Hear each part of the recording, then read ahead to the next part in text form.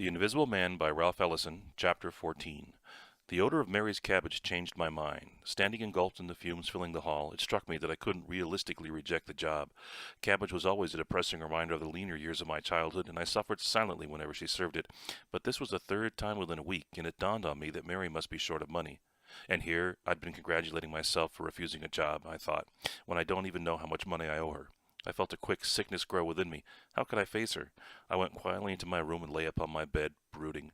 There were other roomers who had jobs, and I knew she'd received help from relatives. Still, there was no mistake. Mary loved a variety of food, and this concentration upon cabbage was no accident. Why hadn't I noticed? She'd been too kind, never dunning me, and I lay there hearing her, "Don't come bothering me with your little troubles, boy. You'll get something by and by," when I would try to apologize for not paying the rent and board. Perhaps another roomer had moved or lost his job. What were Mary's problems anyway? Who articulated her grievances, as the red-headed man had put it? She had kept me going for months, yet I had no idea. What kind of man was I becoming? I had taken her so much for granted that I hadn't even thought of my debt when I refused the job. Nor had I considered the embarrassment I might have caused her should the police come to her home and arrest me for making that wild speech. Suddenly I felt an urge to go look at her. Perhaps I had never really seen her. I had been acting like a child, not a man. Taking out the crumpled paper, I looked at the telephone number. He had mentioned an organization. What was it called? I hadn't inquired. What a fool! At least I should have learned what I was turning down, although I distrusted the red-headed man. Had I refused out of fear as well as from resentment? Why didn't he just tell me what it was all about instead of trying to impress me with his knowledge? Then from down the hall I could hear Mary singing, her voice clear and untroubled, though she sang a troubled song. It was the Blackwater Blues. I lay listening as the sound flowed to and around me, bringing me a calm sense of indebtedness. When it faded, I got up and put on my coat. Perhaps it was not too late. I would find a telephone and call him. Then he could tell me exactly what he wanted, and I could make a sensible decision. Mary heard me this time. "Boy, when you come home," she said, sticking her head out of the kitchen. "I didn't even hear you." "I came in a short while ago," I said. "You were busy, so I decided not to bother you." "Then where you going so soon? Ain't you going to eat supper?" "Yes, Mary," I said, "but I've got to go now. I forgot to take care of some business." "Shucks, what kind of business you got on a cold night like this?" she said. "Oh, I don't know. I might have a surprise for you." "Won't nothing surprise me," she said, "and you hurry back here and get something hot in your stomach." Going through the cold, seeking a telephone booth, I realized that I had committed myself to bring her some kind of surprise, and as I walked I became mildly enthusiastic. It was, after all, a job that promised to exercise my talent for public speaking, and if the pay was anything at all, it would be more than I had now. At least I could pay Mary something of what I owed her, and she might receive some satisfaction that her prediction had proved to be correct. I seemed to be haunted by cabbage fumes. The little luncheonette in which I found the telephone was reeking. Brother Jack didn't sound at all surprised upon receiving my call. "I'd like some information about—" "Get here as quickly as you can. We're leaving shortly," he said, giving me a Lenox Avenue address and hanging up before I could finish my request. I went out into the cold, annoyed both by his lack of surprise and by the short, clipped manner which he'd spoken. But I started out, taking my own time. It wasn't far, and just as I reached the corner of Lenox, a car pulled up, and I saw several men inside, Jack among them, smiling. "Get in," he said. "We can talk where we're going. It's a party. You might like it." "But I'm not dressed," I said. "I'll call you tomorrow." "Dressed?" he chuckled. "You're all right. Get in." I got in beside him and the driver, noticing that there were 3 men in the back. Then the car moved off. No one spoke. Brother Jack seemed to sink immediately into deep thought. The others looked out into the night. It was as though we were mere chance passengers in a subway car. I felt uneasy, wondering where we were going, but decided to say nothing. The car shot swiftly over the slush. Looking out at the passing night, I wondered what kind of men they were. Certainly, they didn't act as though they were heading for a very sociable evening.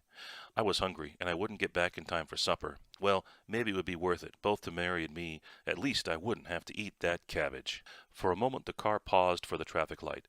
Then we were circling swiftly through long stretches of snow-covered landscape, lighting here and there by street lamps and the nervously stabbing beams of passing cars. We were flashing through Central Park, now completely transformed by the snow. It was as though we had plunged suddenly into mid-country peace, yet I knew here, somewhere close by the night, there was a zoo with its dangerous animals. The lions and tigers in heated cages, the bears asleep, the snakes coiled tightly underground, and there was also the reservoir of dark water, all covered by snow and by night, by snowfall and by nightfall, buried beneath black and white, gray mists and gray silence. Then past the driver's seat I could see the wall of buildings looming beyond the windshield. The car nosed slowly into traffic, dropped swiftly down a hill. We stopped before an expensive-looking building in a strange part of the city. I could see the word Thonian on the storm awning stretched above the walk as I got out with the others and went swiftly toward the lobby lighted by dim bulbs and set behind frosted glass, going past the uniformed doorman with an uncanny sense of familiarity. Feeling now, as we entered the soundproof elevator and shot away at a mile a minute, that I had been through it all before. Then we were stopping with a gentle bounce, and I was uncertain whether we had gone up or down. Brother Jack guided me down the hall to a door on which I saw a bronze door-knocker in the shape of a large-eyed owl. Now he hesitated a moment, his head thrust forward as though listening. Then his hand covered the owl from view, producing, instead of a knocking which I expected, an icy peal of clear chimes. Shortly, the door swung partially open, revealing a smartly dressed woman whose hard, handsome face broke into smiles. "Come in, brothers," she said, her exotic perfume filling the foyer. I noticed a clip of blazing diamonds on her dress, and I tried to stand aside for the others, but Brother Jack pushed me ahead. "Excuse me," I said, but she held her ground, and I was pressing tensely against her perfumed softness, seeing her smile as though there was only she and I. Then I was past, disturbed not so much by the close contact as by the sense that I had somehow been through it all before. I couldn't decide, as if from watching some familiar scene in the movies, from books I'd read, or for some reoccurrent but deeply buried dream. Whatsoever, it was like entering a scene which, because of some devious circumstance, I had hitherto watched only from a distance. How could they have such an expensive place, I wondered. "Put your things in the study," the woman said. "I'll go see about drinks." We entered a room lined with books and decorated with old musical instruments. An Irish harp, a hunter's horn, a clarinet, and a wooden flute were suspended by the neck from the wall on pink and blue ribbons. There were a leather divan and a number of easy chairs. "Throw your coat on the divan," Brother Jack said. I slid out of my overcoat and looked around. The dial of the radio built into the section of the natural mahogany bookshelf was lighted, but I couldn't hear any sound. And there was an ample desk on which rested silver and crystal writing things. And as one of the men came to stand gazing at the bookcase, I was struck by the contrast between the richness of the rooms and their rather poor clothing. "Now we'll go into the other room," Brother Jack said, taking me by the arm. We entered a large room in which one entire wall was hung with Italian red draperies that fell in rich folds from the ceiling. A number of well-dressed men and women were gathered in groups, some beside a grand piano, the others lounging in the pale beige upholstery of the blonde wood chairs. Here and there I saw several attractive young women, but carefully avoided giving them more than a glance. I felt extremely uncomfortable, although after brief glances no one paid me any special attention. It was as though they hadn't seen me, as though I were here, yet not here. The others were moving away to join the various groups now, and Brother Jack took my arm. "Come, let's get a drink," he said, guiding me toward the end of the room. The woman who'd let us in was mixing drinks behind a handsome free-foam bar, which was large enough to have graced a nightclub. "How about a drink for us, Emma?" Brother Jack said. "Well, now, I'll have to think about it," she said, tilting her severely drawn head and smiling. "Don't think, act," he said. "We're very thirsty men. This young man pushed history ahead 20 years today." "Oh," she said, her eyes becoming intent, "you must tell me about him." "Just read the morning papers, Emma. Things have begun to move. Yes, leaps ahead," he laughed deeply. "What would you like, brother?" she said, her eyes brushing slowly over my face. "Bourbon," I said, a little too loudly, as I remembered the best the South had to offer. My face was warm, but I returned her gaze as steadily as I dared. It was not the harsh, uninterested in you as a human being stare that I'd known in the South, the kind that swept over a black man as though he were a horse or an insect. It was something more, a direct, "what type of mere man have we here?" kind of look that seemed to go beneath my skin. Somewhere in my leg a muscle twitched violently. "Emma, the bourbon! 2 bourbons!" Brother Jack said. "You know," she said, picking up the decanter, "I'm intrigued." "Naturally. Always," he said, "intrigued and intriguing, but we're dying of thirst." "Only of impatience," she said, pouring the drinks. "I mean you are. Tell me, where did you find this young hero of the people?"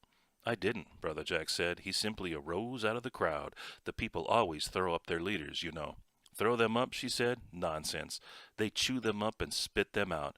Their leaders are made, not born. Then they're destroyed. You've always said that. Here you are, brother."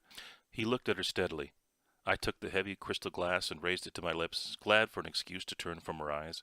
A haze of cigarette smoke drifted through the room. I heard a series of rich arpeggio sounds on the piano behind me and turned to look.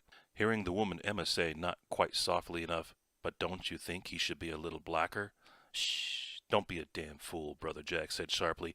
"We're not interested in his looks, but in his voice. And I suggest, Emma, that you make it your interest, too."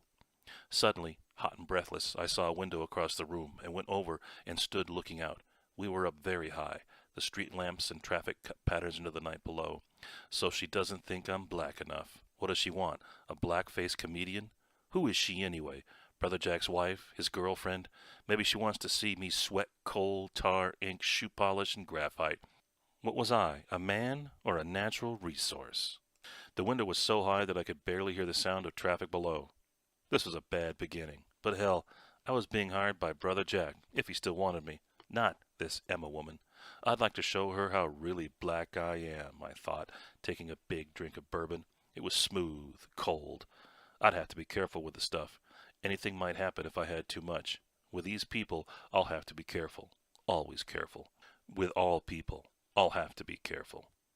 "It's a pleasant view, isn't it?" a voice said, and I whirled to see a tall, dark man. "But now, would you mind joining us in the library?" he said.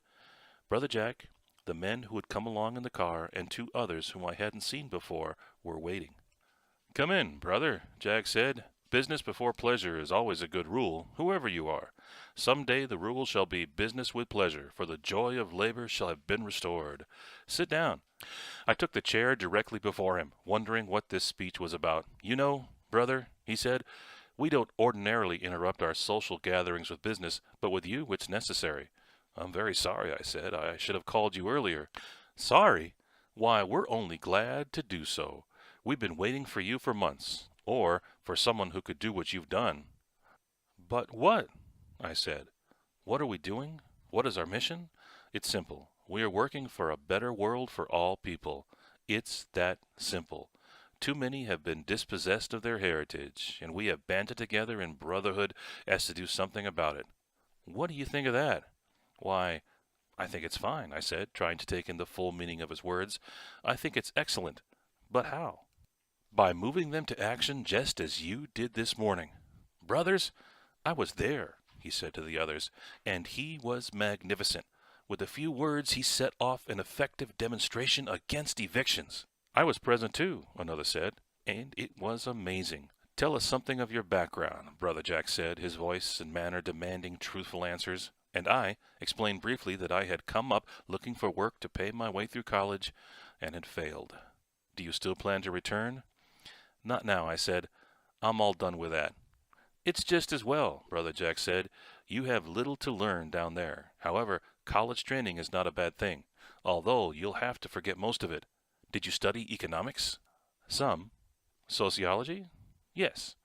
"Well, let me advise you to forget it. You'll be given books to read along with some material that explains our program in detail. But we're moving too fast. Perhaps you aren't interested in working for the Brotherhood." "But you haven't told me what I'm supposed to do," I said. He looked at me fixedly, picking up his glass slowly and taking a long swallow. "Let me put it this way," he said. "How would you like to be the new Booker T. Washington?" "What?" I looked into his bland eyes for laughter, seeing his red head turn slightly aside. "Please, now," I said. "Oh, yes. I'm serious." "Then I don't understand you." Was I drunk? I looked at him. He seemed sober. "What do you think of the idea? Or better still, what do you think of Booker T. Washington?" "Why, naturally, I think he was an important figure. At least most people say so. But—" Well, I was at a loss for words. He was going too fast again. The whole idea was insane, and yet others were looking at me calmly. One of them was lighting up an underslung pipe. The match sputtered, caught fire. "What is it?" Brother Jack insisted. "Well, I guess I don't think he was as great as the founder." "Oh? And why not?" "Well, in the first place, the founder came before him and did practically everything Booker T. Washington did, and a lot more. And more people believe in him. You heard a lot of arguments about Booker T, but few would argue about the founder." "No, but perhaps that is because the founder lies outside history, while Washington is still a living force. However, the new Washington shall work for the poor." I looked into my crystal glass of bourbon. It was unbelievable, yet strangely exciting, and I had the sense of being present at the creation of important events, as though a curtain had been parted and I was being allowed to glimpse how the country operated. And yet none of these men was well known, or, at least, I'd never seen their faces in the newspapers. During these times of indecision, when all the old answers are proven false, the people look back to the dead to give them a clue. They call first upon one, and then upon another of those who have acted in the past. If you please, brother, the man with a pipe interrupted, I think you should speak more concretely. Please don't interrupt, Brother Jack said icily. I only wish to point out that a scientific terminology exists, the man said, emphasizing his words with his pipe. After all, we call ourselves scientists here. Let us speak as scientists. In due time, Brother Jack said, in due time. You see, brother, he said, turning to me, the trouble is that there is little the dead can do. Otherwise, they wouldn't be dead. No, but on the other hand, it would be a great mistake to assume that the dead are absolutely powerless. They are powerless only to give the full answers to the new questions posed for the living by history. But they try. Whenever they hear the imperious cries of the people in crisis, the dead respond. Right now in this country, with its many national groups, all the old heroes are being called back to life. Jefferson, Jackson, Pulaski, Garibaldi, Booker T. Washington, Sun Yat-sen, Danny O'Connell, Abraham Lincoln, and countless others are being asked to step once again upon the stage of history. I can't say too emphatically that we stand at a terminal point in history, at a moment of supreme world crisis. Destruction lies ahead unless things are changed, and things must be changed, and changed by the people, because, brother, the enemies of man are dispossessing the world. Do you understand? I'm beginning to, I said, greatly impressed. There are other terms, other more accurate ways of saying all this, but we haven't time for that right now. We speak now in terms that are easy to understand, as you spoke to the crowd this morning. I see, I said, feeling uncomfortable under his stare. So, it isn't a matter of whether you wish to be the new Booker T. Washington, my friend.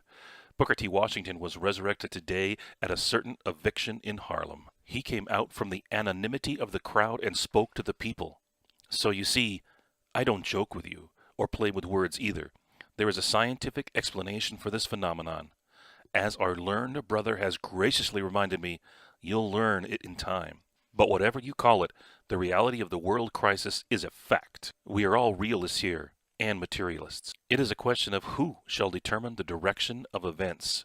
That's why we've brought you into this room. This morning you answered the people's appeal, and we want you to be the true interpreter of the people. You shall be the new Booker T. Washington, but even greater than he.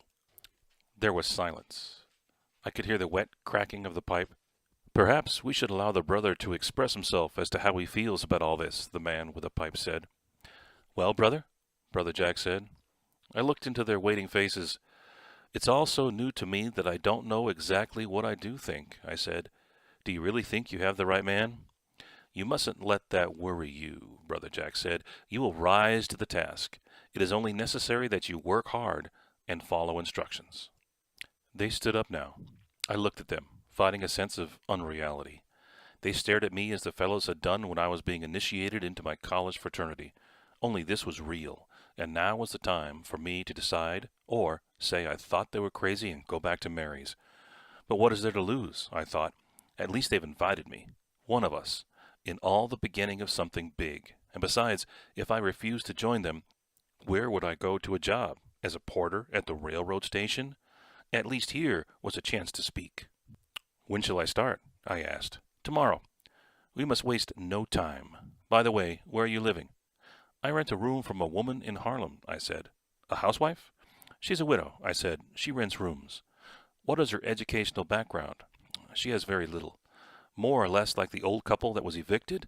Somewhat, but better able to take care of herself. She's tough, I said with a laugh. Does she ask a lot of questions? Are you friendly with her? She's been very nice to me, I said. She allowed me to stay on after I was unable to pay my rent. He shook his head. No. What is it? I said. It's best that you move, he said. We'll find you a place further downtown so that you'll be within easy call. But I have no money, and she's entirely trustworthy. That will be taken care of, he said, waving his hand. You must realize immediately that much of our work is opposed. Our discipline demands, therefore, that we talk to no one, and that we avoid situations in which information might be giving away unwittingly. So you must put aside your past. Do you have a family? Yes. Are you in touch with them? Of course. I write home now and again, I said, beginning to resent his method of questioning. His voice had become cold, searching. Then it's best that you cease for a while, he said. Anyway, you'll be too busy. Here. He fished into his vest pocket for something and got suddenly to his feet. What is it? Someone asked. Nothing. Excuse me, he said, rolling to the door and beckoning. In a moment I saw the woman appear. Emma, the slip of paper I gave you, give it to the new brother, he said as she stepped inside and closed the door. Oh, so it's you, she said with a meaningful smile. I watched her reach into the bosom of her taffeta hostess gown and remove a white envelope. This is your new identity, Brother Jack said. Open it. Inside I found the name written on a slip of paper. That's your new name, Brother Jack said. Start thinking of yourself by that name from this moment. Get it down so that even if you are called in the middle of the night, you will respond. Very soon you shall be known by it all over the country. You are to answer to no other. Understand? I'll try, I said. Don't forget his living quarters, the tall man said. Nope, Brother Jack said with a frown. Emma, please, some funds. How much, Jack? She said. He turned to me. Do you owe that much rent? Too much, I said. Make it 300, Emma, he said. Never mind, he says, as I showed surprise at the sum. This will pay your debts and buy your clothing. Call me in the morning, and I'll have selected your living quarters. For a start, your salary will be $60 a week. 60 a week! There was nothing I could say. The woman had crossed the room to the desk and returned with the money, placing it in my hand. You'd better put it away, she said expansively. Well, brothers, I believe that's all, he said. Emma, how about a drink? Of course, she said, going to the cabinet and removing a decanter and a set of glasses in which she poured about an inch of clear liquid. Here you are, brothers, she said. Taking his, Brother Jack raised it to his nose, inhaling deeply. To the brotherhood of man. To history and to change, he said, touching my glass. To history, we all said. The stuff burned, causing me to lower my head and hide the tears that popped from my eyes. Ah, someone said with deep satisfaction. Come along, Emma said. Let's join the others. Now for some pleasure, Brother Jack said, and remember your new identity.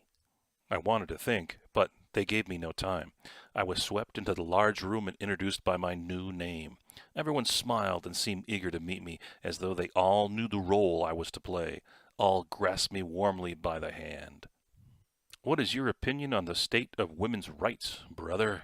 I was asked by a plain woman in a large black velvet tarn. But before I could open my mouth, Brother Jack had pushed me along to a group of men, one of whom seemed to know all about the eviction. Nearby, a group around the piano was singing folk songs with more volume than melody.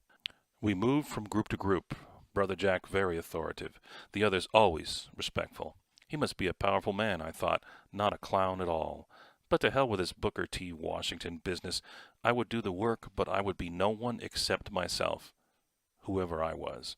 I would pattern my life on that of the founder. They might think that I was acting like Booker T. Washington. Let them. But what I thought of myself, I would keep to myself. Yes, and I'd have to hide the fact that I had actually been afraid when I made my speech. Suddenly, I felt laughter bubbling inside me. I'd have to catch up with this science of history business. We had come to stand near the piano now, where an intense young man questioned me about the various leaders of Harlem community. I knew them only by name, but pretended that I knew them all. Good, he said. Good. We have to work with all these forces during the coming period. Yes, you're quite right, I said, giving my glass a tinkling twirl. A short, broad man saw me and waved the others to a halt. Say, brother, he called. Hold the music. Boys, hold it. Yes, brother, I said. You're just who we need. We've been looking for you. Oh, I said, how about a spiritual, brother? Or one of those real old Negro work songs, like this.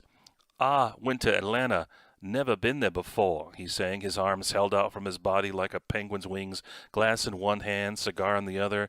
"White man sleep in a feathered bed, and the others sleep on the floor. Ha ha! How about it, brother?" "The brother does not sing," Brother Jack roared staccato. "Nonsense! All colored people sing." "This is an outrageous example of unconscious racial chauvinism," Jack said. "Nonsense! I like their singing," the broad man said doggedly. "The brother does not sing," Brother Jack cried, his face turning a deep purple. The broad man regarded him stubbornly. "Why don't you let him say whether he can sing or not? Come on, brother, get hot. Go down, Moses," he bellowed in a ragged baritone, putting down his cigar and snapping his fingers.